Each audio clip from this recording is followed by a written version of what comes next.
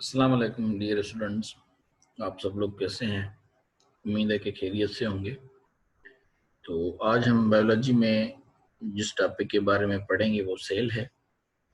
तो सेल के अलावा हम उसकी जो डिफरेंट जो काइंड्स हैं, अक़साम हैं, उनके बारे में भी जानेंगे तफसील से। तो चलिए आज का हमारा सेशन शुरू करते हैं।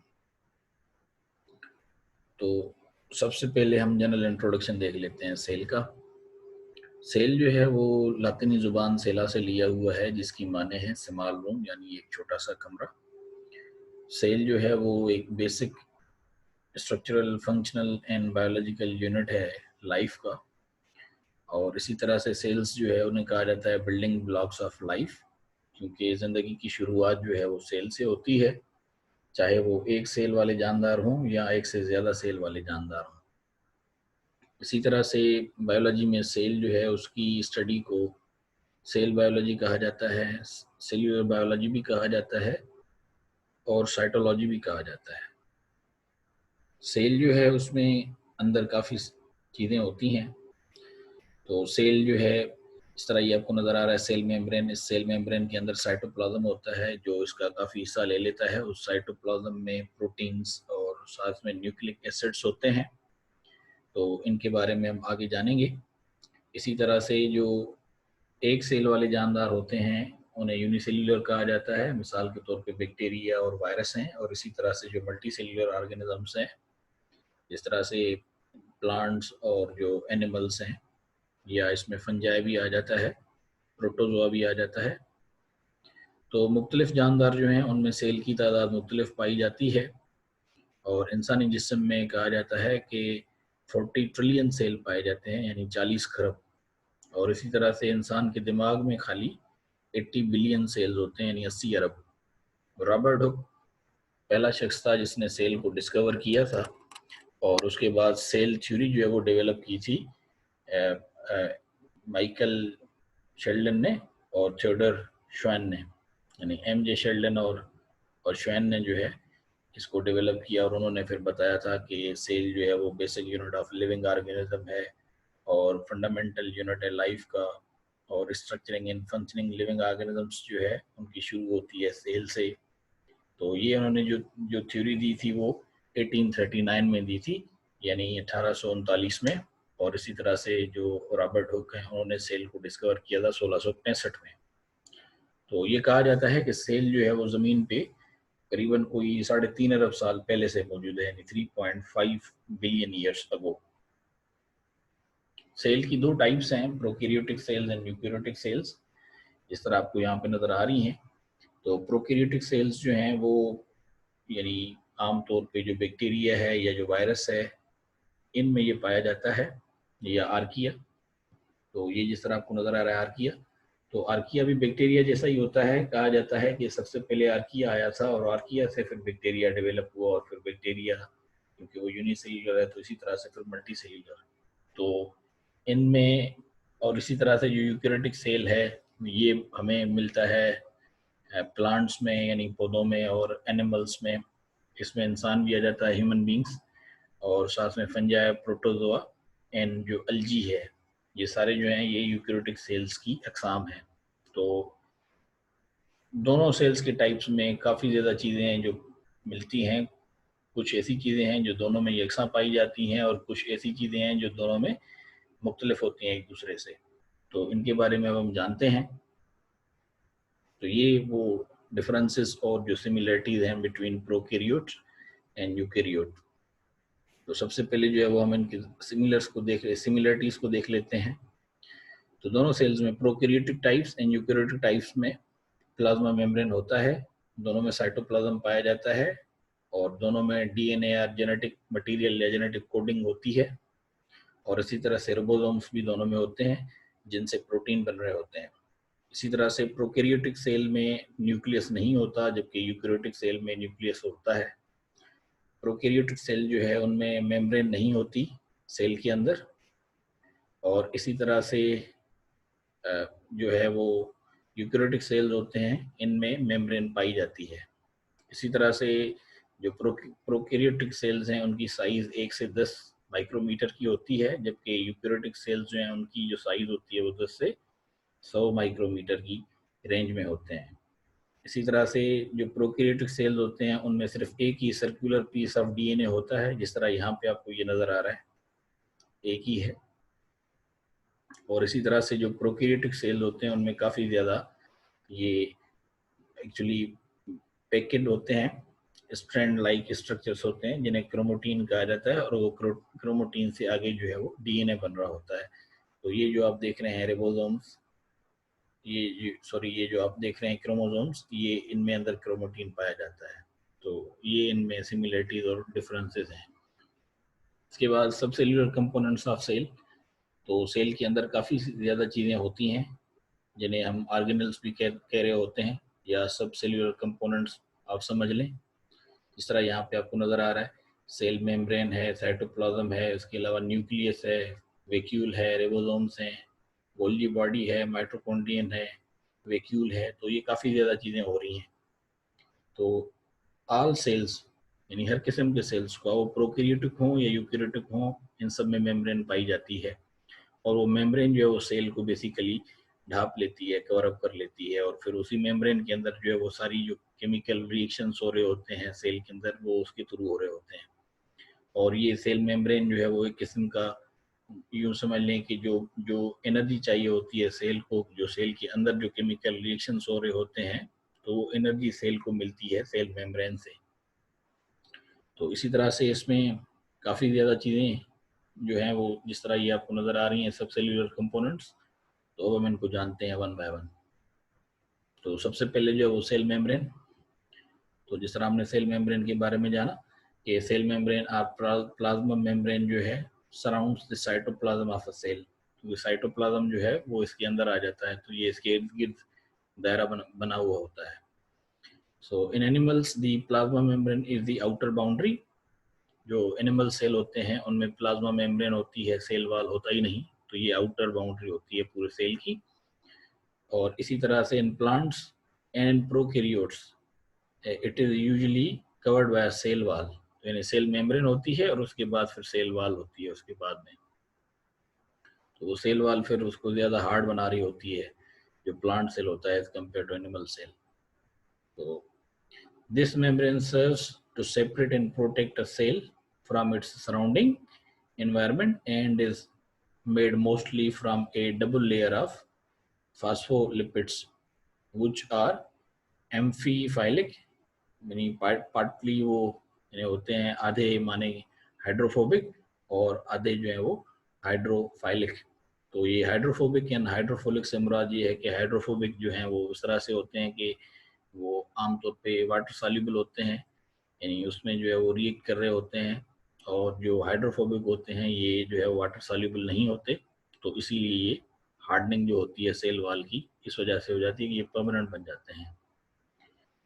इसी तरह से hence the layer is called a phospholipid layer, bilayer, or sometimes a fluid mosaic membrane, and embedded with this membrane is a macromolecular structure called the chromosome।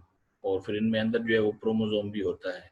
ये बेसिकली सीक्रेशन का काम कर रहा होता है क्रोमोसोम, यानी सीक्रेशन इन अ वे कि जिस तरह से जो, क्योंकि सेल के अंदर जो जो केमिकल रिएक्शंस हो रहे होते हैं, तो सेल की फंक्शनिंग के लिए उसे ऑक्सीजन चाहिए होती है, और इसी तरह से वो जो जो कार्बन डाइऑक्साइड की फॉर्मेशन है वो प्रोसेसिंग होता है। तो ये इस तरह से इसको सीक्रेशन कहा जाता है। तो यानी इन एंड आउट इनका प्रोसेस हो रहा होता है इन अ वे। और इसी तरह से जो cells and a variety of protein molecules that act as channels and pumps that move different molecules in and out। तो ये प्रोटीन का काम होता है जो मुख्तलिफ मालिक्यूल्स को सेल के अंदर भी आने देते हैं और सेल को बाहर भी जाने देते हैं। इसी तरह से सेल सरफेस मेम्ब्रेन्स जो है उसमें रिसेप्टर्स भी होते हैं, यानी ये किस्म के जो मैसेजेस आ रहे होते हैं सेल की तरफ, ये उन्हें रिसीव करते हैं और फिर उसके बाद ये अलो करते हैं सेल को, ताकि वो डिटेक्ट करे जो बाहर से जो सिग्नलिंग आ जाती है या मैसेजिंग आ जाती है मालिक्यूल्स की, जिस तरह से हार्मोन्स वगैरह हैं। इसके बाद साइटोस्केलेटन। तो साइटोस्केलेटन जो है बेसिकली ये सेल को शेपअप करने में हेल्प कर रहा होता है, और इसके अलावा उसकी साइज जो है उसको भी ये मेंटेन रख रहा होता है और उसको ऑर्गेनाइज कर रहा होता है। जो डिफरेंट जो सब ऑर्गेनल्स होते हैं साइटोस्केलेटन के अंदर, तो ये यानी उनको लीड कर रहा होता है, एंकरिंग का रोल यानी इसका होता है कि किसने क्या काम करना है और कब करना है, इस तरह से। So anchors organelles in place. इसी तरह से cytoskeleton helps during endocytosis the uptake of external materials by a cell. तो ये जो एंडोसाइटोसिस होता है, इसमें ये है कि सेल जो है वो बाहर वाली जो मटेरियल है वो अपनी तरफ ले रहा होता है। And cytokinesis the separation of daughter cells. तो साइटोकाइनेसिस में जो डॉटर सेल जो सेल डिवीजन में हमने पढ़े हुए हैं, तो उनको ये सेपरेट कर रहा होता है आफ्टर सेल डिवीजन के बाद। And moves parts of the cell in process of growth and mobility. तो ये जो मुख्तलिफ जो हिस्से हैं, इनको ये आगे मूव करा रहा होता है ताकि सेल जो है उसकी ग्रोथ भी हो और वो इन अ वे उसकी मोबिलिटी भी हो। The eukaryotic cytoskeleton is composed of microfilaments, intermediate filaments and microtubules। तो ये आपको यहाँ पे नज़र आ रहे हैं 3 सेक्शंस हैं जिन्हें हम कह रहे हैं माइक्रोफिलामेंट्स, साथ में इंटरमीडिएट फिलामेंट्स, और इसके अलावा फिर जो है वो हम माइक्रोट्यूबल्स कह रहे हैं। तो ये आप देख रहे हैं माइक्रोफिलामेंट्स और ये आप देख रहे हैं माइक्रोट्यूबल। इसी तरह से आप ये देख रहे हैं यहाँ पे इंटरमीडिएटरी फिलामेंट्स। तो ये जो है greater number of proteins associated with them, तो नहीं ज़्यादा तादाद जो प्रोटीन्स की होती है वो इनसे जुड़ी हुई होती है। तो ये है साइटोस्केलेटन। इसके बाद फिर जेनेटिक मटेरियल है, तो इसको हम देख लेते हैं। Two different kinds of genetic material exist, deoxyribonucleic acid यानी डीएनए एंड रिबोन्यूक्लिक एसिड यानी RNA. Cells use DNA for their long term information storage. तो डीएनए जो है बेसिकली सेल इसको इसलिए इस्तेमाल करते हैं कि वो जो लॉन्ग टर्म की इंफॉर्मेशन है वो स्टोर करते हैं और फिर वो हेरिडिटरी कैरेक्टर्स की सूरत में जो है वो आगे वाले यानी नस्लों में जो मुंतकिल होते हैं ऑफ स्प्रिंग्स में। जिस तरह हम कहते हैं कि हर इंसान में जो जो हेरिडिटरी कैरेक्टर्स हैं वो 50% मदर साइड से आते हैं, तो 50% फादर साइड से आते हैं, और ये सिलसिला चलता रहता है फ्रॉम जनरेशन टू जनरेशन। तो इस तरह की जो है वो permanent storage in the form of hereditary characters हो रही होती है डीएनए के अंदर। इसी तरह से the biological information content in an organism is encoded in its DNA sequence. यही जो मैंने आपको बताया ये बेसिकली बायोलॉजिकल इंफॉर्मेशन है। RNA is used for information transport. तो आरएनए जो है वो बेसिकली जो जो मालूमात है उनको जो है वो आगे पीछे करने का काम कर रहे होते हैं। जिस तरह ये एमआरएनए यानी messenger RNA and enzymatic functions, E G ribosomal RNA, transfer RNA यानी टीआरएनए। तो molecules are used to aid amino acids during protein translation. तो ये इनका काम होता है। इसी तरह से human cell has genetic material contained in the cell nucleus, the nuclear genome, and in the mitochondria, the mitochondrial genome. In humans, the nuclear genome is divided into 46 linear DNA molecules। और फिर ये 46 जो हैं, ये जो chromosomes होते हैं, फिर वो पेरेंट में जब हो जाते हैं तो ये 23 हो जाते हैं। तो इन 23 में से जो 22 होते हैं वो होमोलोगियस क्रोमोसोम्स होते हैं, यानी एक ही शेप के होते हैं और एक ही तरह का काम कर रहे होते हैं। ये पेयर्स में आ जाते हैं। And a pair of 6 chromosomes, वो जो सेल डिवीजन होती है तो उसमें फिर वो जो बन रहे होते हैं क्रोमोसोम्स आगे, फिर ये रिप्रोडक्शन के लिए काम कर रहे होते हैं। Although the mitochondrial DNA is very small compared to nuclear chromosomes, it codes for 13 proteins involved in mitochondrial energy production and specific tRNAs। तो ये आपको यहाँ पे नज़र आ रहे हैं, ये इनकी जो है वो स्पेसिफिक कोडिंग होती है जिसे डीएनए कोडिंग कहा जाता है, और ये इस तरह से फंक्शनिंग हो रही होती है। तो ये आप देख लें, ये साइटोजिन है और इसी तरह से ये ग्वानिन है, फिर ये एडेनाइन है और ये यूरेसिल है, इसी तरह से थियामिन। तो ये आपको नज़र आ रहे हैं, और ये है हेलिक्स ऑफ शुगर फास्फेट। तो बेसिकली ये प्रोटीन से ही बन रहे हैं। इसी तरह से ऑर्गेनल्स, तो ऑर्गेनल्स और जो मुख्तलिफ हिस्से होते हैं सेल के, उन्हें कहा जाता है। इस तरह से ये आपको नज़र आ रहे हैं। तो ये आपको गोल्गी अपैरेटस है, साइटोसोल है, एंडोप्लाज्मिक रेटिकुलम है, और इस तरह से पेरोक्सम है, nucleus, nuclear pore, nucleolus, lysosome, mitochondria, centriole.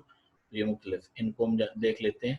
Organelles are parts of the cell which are adapted and are specialized for carrying out one or more vital functions. तो basically ये इसलिए जो है वो लिए जाते हैं क्योंकि ये अहम काम कर रहे होते हैं, एक या एक से ज़्यादा काम कर रहे होते हैं, related to the organs of the human body.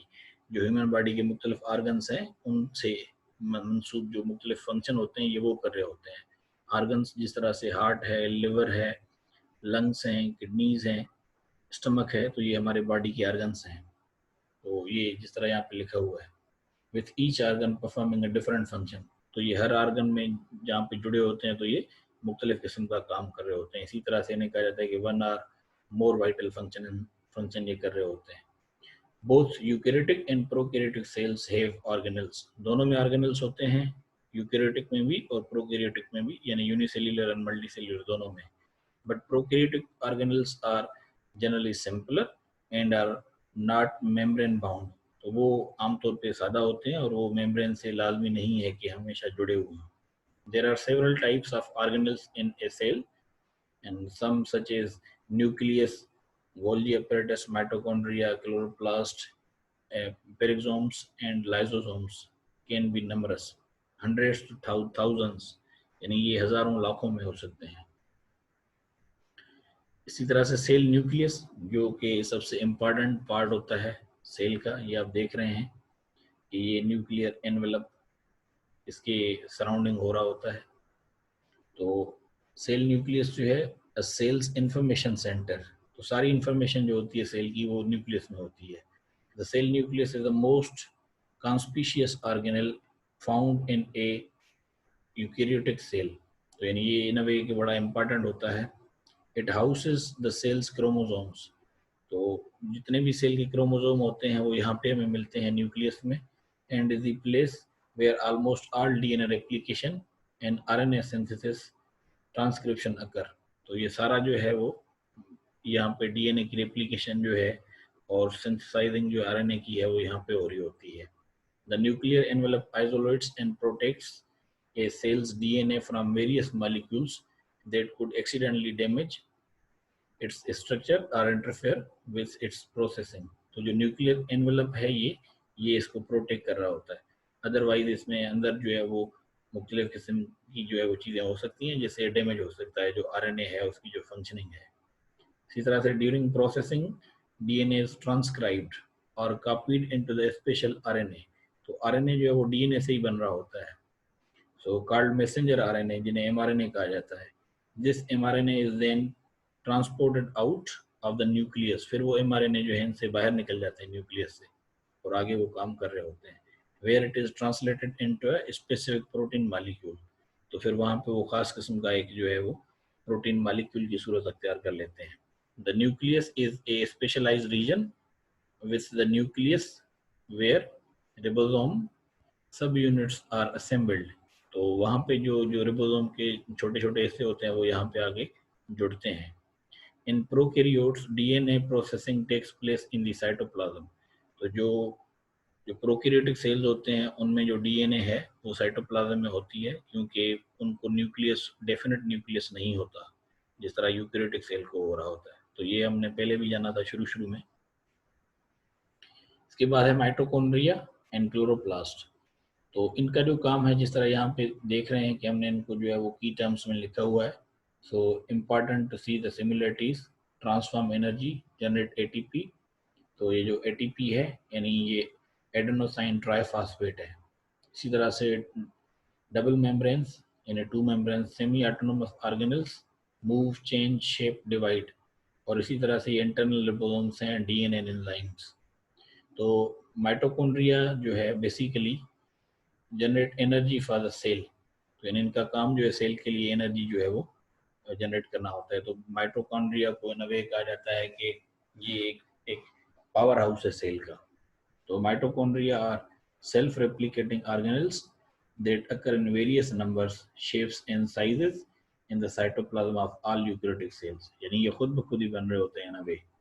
तो respiration occurs in the cell mitochondria, तो सेल में जो रेस्पिरेशन होती है इन अ वे की change of just like oxygen and formation of carbon dioxide, तो ये माइटोकॉन्ड्रिया में होती है, which generate the cell's energy by oxidative phosphorylation using oxygen to release energy stored in cellular nutrients, typically pertaining to glucose, to generate ATP, adenosine triphosphate. इसी तरह से जो chloroplast हैं can only be found in plants, ये तो plants में ही पाए जाते हैं क्योंकि क्लोरोप्लास्ट में जो प्लांट्स हैं वो ऑटोट्रोफ्स हैं, यानी सेल्फ फूड प्रिपेयरिंग होते हैं, तो इसीलिए प्लांट्स में पाए जाते हैं, जो बेसिकली जो फोटोसिंथेसिस का अमल है उसमें हेल्प आउट कर रहे होते हैं प्लांट्स को.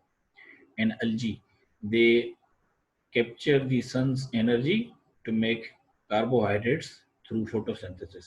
तो कार्बोहाइड्रेट्स जिन्हें हम शुगर्स भी कहते हैं या इन्हें हम ग्लूकोज भी कहते हैं.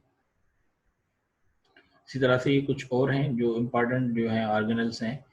Endoplasmic reticulum. The endoplasmic reticulum ER is a transport network for molecules targeted for certain modifications and specific destinations as compared to molecules that float freely in cytoplasm. तो एंडोप्लाज्मिक रेटिकुलम जो है ये basically transport network होता है cell के लिए, और इससे जो मॉलिक्यूल्स हैं वो खास जगह पे जा रहे होते हैं जो जहाँ पे उन्हें जाना होता है. इसी तरह से जो गोल्जी अपैरेटस है, the primary function of Golgi apparatus is to process and package the macromolecules यानी such as proteins and lipids. तो ये इनका जो प्रोसेस है और इनकी जो पैकेजिंग है वो गोल्जी अपैरेटस में हो रही होती है, प्रोटीन्स की एंड लिपिड्स की. और इसी तरह से लाइसोसोम्स एंड पेरोक्सिसोम्स जो हैं, यानी लाइसोसोम्स कंटेन डाइजेस्टिव एंजाइम्स जो यानी हाजमे के लिए ज़रूर होते हैं, जिस तरह एसिड है या hydrolysis, and they digest excess or worn out organelles. इसी तरह से food particles and engulf viruses or bacteria. तो ये लाइसोसोम्स का काम होता है, जबकि जो पेरोक्सिसोम्स हैं have enzymes that rid the cell of toxic peroxides. तो यानी ये इनसे इनको महफूज कर रहे होते हैं ना वे. इसी तरह से सेंट्रोसोम जो है, the centrosome produce the microtubules of a cell. It directs the transport through the endoplasmic reticulum. तो यानी जो माइक्रो ट्यूबल्स हैं बेसिकली सेंट्रोसोम के जो होते हैं, जो प्रोड्यूस कर रहा होता है सेंट्रोसोम, तो ये आगे डायरेक्ट कर रहे होते हैं ट्रांसपोर्टेशन का through endoplasmic reticulum and the Golgi complex. A single centrosome is present in the animal cell, यानी वो सिर्फ एक ही होता है. They are also found in some fungi and algae cells. इसी तरह से वैक्यूल्स हैं, तो वैक्यूल्स सीज वेस्ट प्रोडक्ट्स, यानी जो वेस्ट मटेरियल होता है ये उन्हें आप अपने पास रख लेते हैं ना वे. And in plant cells store water, तो ये फिर प्लांट सेल में जो पानी को जमा करते हैं. They are often described as liquid filled space and are surrounded by a membrane. तो इसके अलावा ये रिबोसोम्स हैं. The ribosome is a large complex of RNA and protein molecules. तो सबसे ज़्यादा जो है यानी ये इनका कॉम्प्लेक्स है. दे ईच कंसिस्ट ऑफ 2 सब यूनिट्स, यानी RNA and protein again subunits में, and act as an assembly line where RNA from the nucleus is used to synthesise proteins into amino acids. और इसी तरह से रिबोसोम्स जो हैं वो भी इसी तरह से है कि बाउंड मेम्ब्रेन है, यानी rough endoplasmic reticulum in eukaryotes और सेल मेम्ब्रेन इन प्रोकैरियोट्स इस सूरत में पाए जाते हैं. तो जिस तरह यहाँ पे आपको यूकैरियोट एंड प्रोकैरियोट में नजर आ रहे हैं, ये यहाँ पे रिबोसोम्स हैं. और ये जो है माइटोकॉन्ड्रियन, इसी तरह से ये न्यूक्लियस और ये न्यूक्लियोलाइड, तो ये आपको नजर आ रहे हैं सारे. और ये सेल मेम्ब्रेन और इसी तरह से सेल वॉल. तो ये था हमारा आज का सेशन जो यहाँ पे पूरा होता है, जो था सेल के ऊपर, जिसमें हमने सेल के बारे में तफसील से जाना और सेल की हमने टाइप्स भी जानी, और फिर हम जो सेल के अंदर जो मुख्तलिफ उसके हिस्से होते हैं ऑर्गेनल्स या जो उसके सब पार्ट्स हैं उनके बारे में भी हमने जाना. तो आई होप कि आपको काफ़ी इंटरेस्टिंग इन्फॉर्मेशन मिली होगी. आज के लिए बस इतना ही, लेकिन जाते जाते आपको एक रिक्वेस्ट है कि आप हमारे इस चैनल को ज़रूर सब्सक्राइब करें ताकि आने वाले जो वीडियोज़ हैं उनकी आपको अपडेट्स मिलती रहे. So till the next time, have a nice time. It's goodbye.